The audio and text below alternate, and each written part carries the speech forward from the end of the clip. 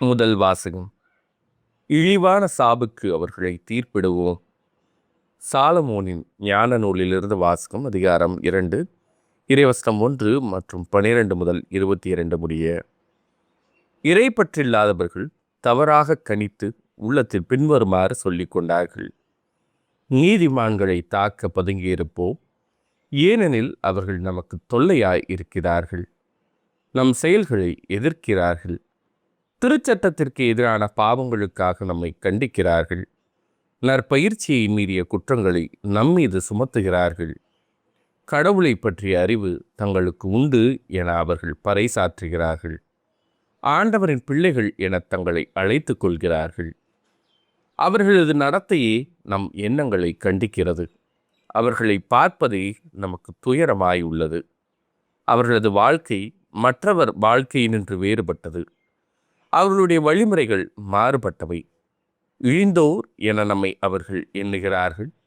தூய்மையற்ற பொருளினின்று ஒதுங்கிச் செல்வது போல நம்முடைய வழிகளினின்று விலகிச் செல்கிறார்கள். நீதிமான்களின் முடிவு மகிழ்ச்சிக்குரியது என கருதுகிறார்கள். கடவுள் தம் தந்தை என பெருமை பாராட்டுகிறார்கள்.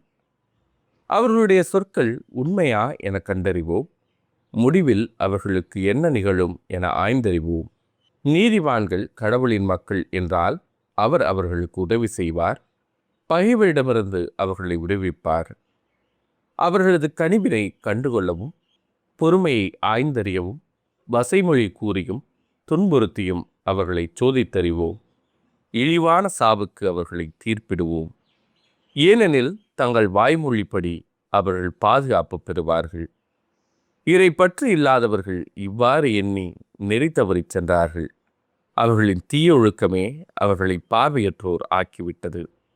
அவர்கள் கடவுளின் மறைவான திட்டங்களை அறியவில்லை. தூய வாழ்வுக்கு கைமாறு உண்டு என்று நம்பவில்லை. மாசற்றவர்களுக்கு பரிசு கிடைக்கும் என்று உய்த்துணரவில்லை.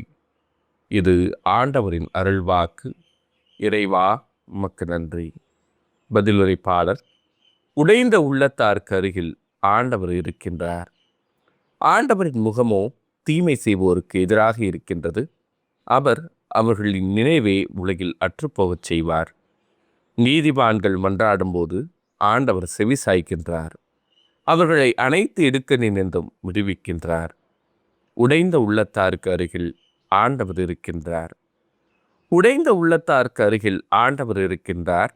நைந்த நெஞ்சத்தாரை அவர் காப்பாற்றுகின்றார். நேர்மையாளருக்கு நேரிடும் தீங்குகள் பல, அவை அனைத்தினின்றும் ஆண்டவர் அவர்களை விடுவிக்கின்றார். உடைந்த உள்ளத்தாருக்கு அருகில் ஆண்டவர் இருக்கின்றார். அவர்களின் எலும்புகளையெல்லாம் அவர் பாதுகாக்கின்றார். அவற்றுள் ஒன்றும் முறிப்படாது. ஆண்டவர் தம் ஊழியரின் உயிரை மீட்கின்றார். அவரிடம் அடைக்கலம் புகும் எவரும் தண்டனை அடையார். உடைந்த உள்ளத்தாருக்கு அருகில் ஆண்டவர் இருக்கின்றார். நற்செய்திக்கு முன் வசனம். மனிதர் அப்பத்தினால் மட்டுமல்ல, மாறாக கடவுளின் வாய்ச்சொல் ஒவ்வொன்றாலும் வாழ்வர். நற்செய்தி வாசகம். இயேசுவை பிடிக்க முயன்றார்கள், எனினும் அவருடைய நேரம் இன்னும் வரவில்லை.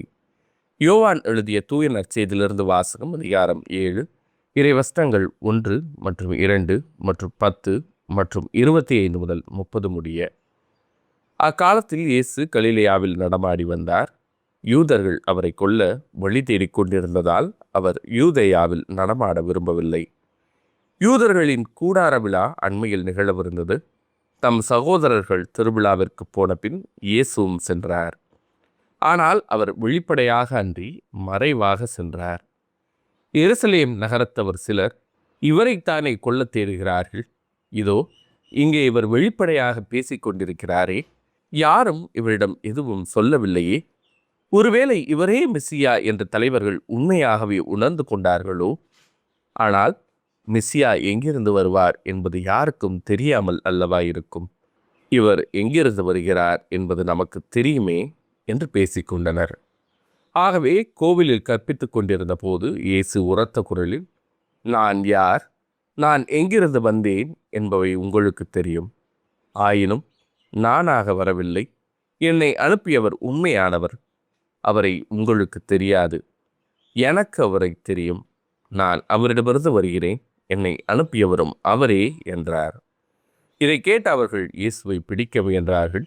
எனினும் அவருடைய நேரம் இன்னும் வராததால் யாரும் அவரை தொடவில்லை. இது ஆண்டவரின் அருள்வாக்கு. கிறிஸ்துவே உமக்கு புகழ். இறையேசுவில் மிகவும் அருமையானவர்களே,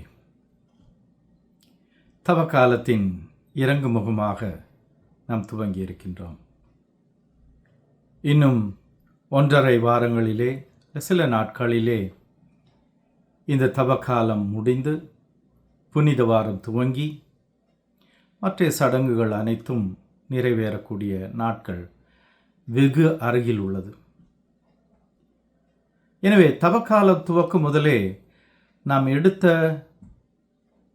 பக்தி முயற்சிகள், ஜெப பழக்க வழக்கங்கள், ஒருத்தல் முயற்சிகள், தானம் செய்து மற்றவர்கள் பகிர்ந்தளிக்கக்கூடிய செயல்கள் நல்லதா கெட்டதா, பயனுள்ளதாக அமைகிறதா என்று சிந்தித்து பார்க்க ஒரு ஆத்ம சோதனை செய்ய நாம் அழைக்கப்பட்டிருக்கின்றோம்.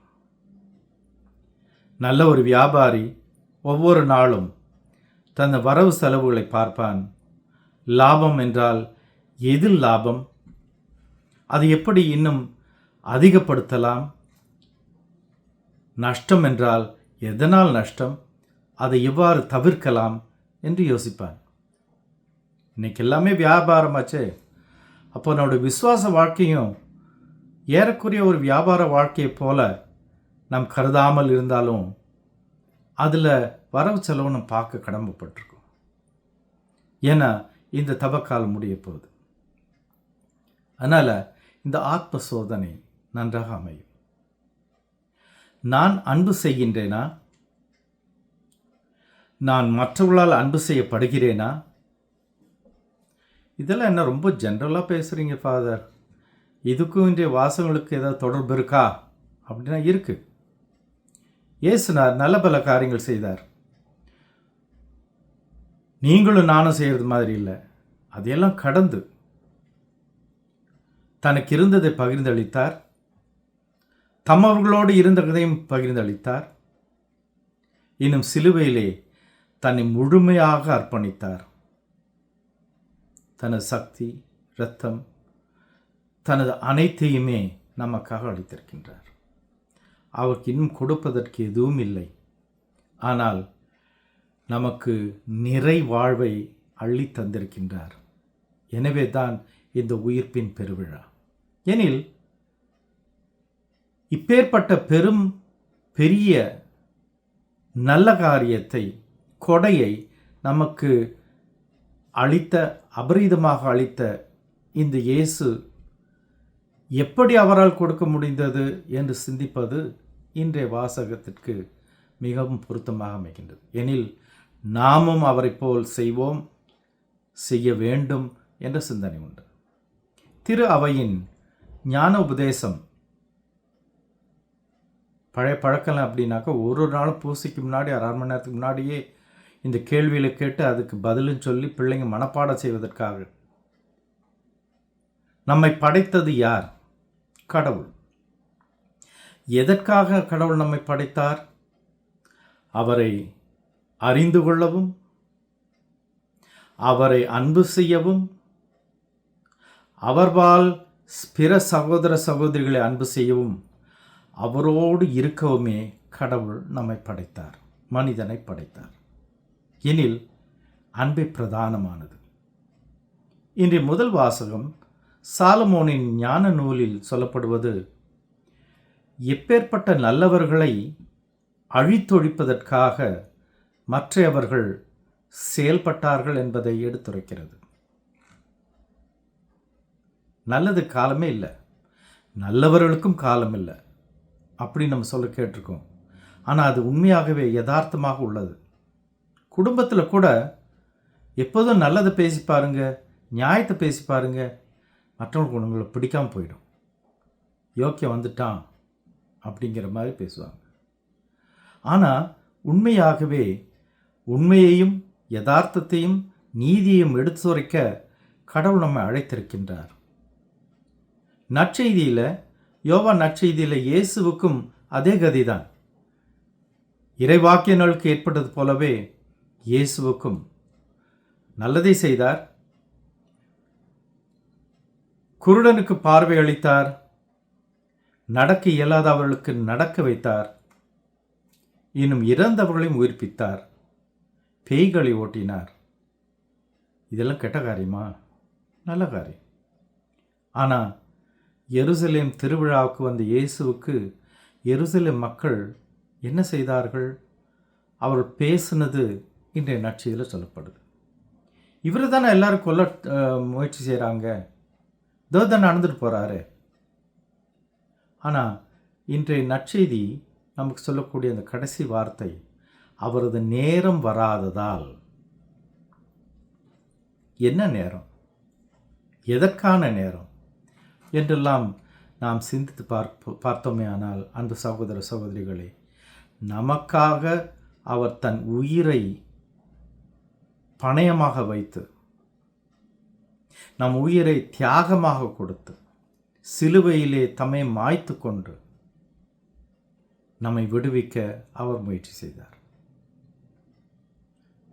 கடவுள் மனிதனை தம்மோடு மறுபடியும் எடுத்துக்கொள்ள பெரிய விலையாக கொடுத்த தனது உயிரை மாய்த்து கொண்டு அதனால் வந்த வெற்றியை நமக்கு பகிர்ந்தளிக்கின்றார்.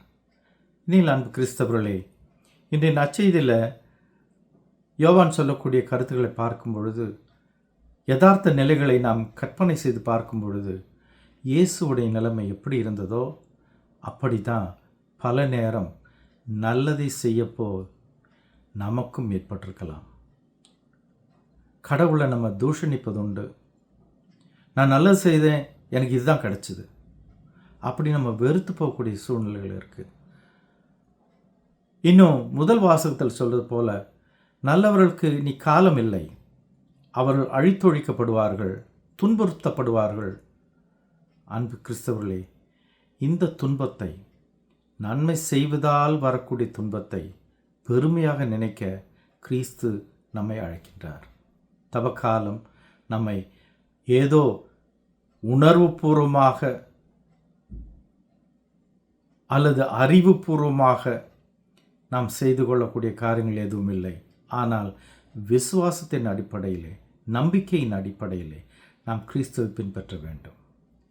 ஆங்கிலத்தில் சொல்லுவாங்க, just emotional reactions faith is useless. உணர்வுபூர்வமாக, அறிவுபூர்வமாக நாம் செய்யக்கூடிய காரியங்கள் பக்தியை வளர்க்காது. மாறாக நாம் ஆய்ந்தறிந்து சுய விருப்பத்தோடு சில துன்பங்களை ஏற்றுக்கொள்ளும் பொழுது, அதை மற்றவர்களுக்காக அர்ப்பணிக்கும் போது, நாமும் கிறிஸ்துவின் வெளிப்பாடுகளாக நாம் விளங்க முடியும் என்று இன்றைய வாசங்கள் நமக்கு எடுத்து சொல்கின்றன. கிறிஸ்துவின் வழியில் செல்ல நாம் இன்னும் விட்டு போன இந்த தவக்கால நாட்களை பயனுள்ளதாக அமைக்க இறைவனின் ஆசீரும் அருளும் உங்களுக்கும் உங்கள் குடும்பத்திற்கும் நிறைவாக கிடைப்பதாக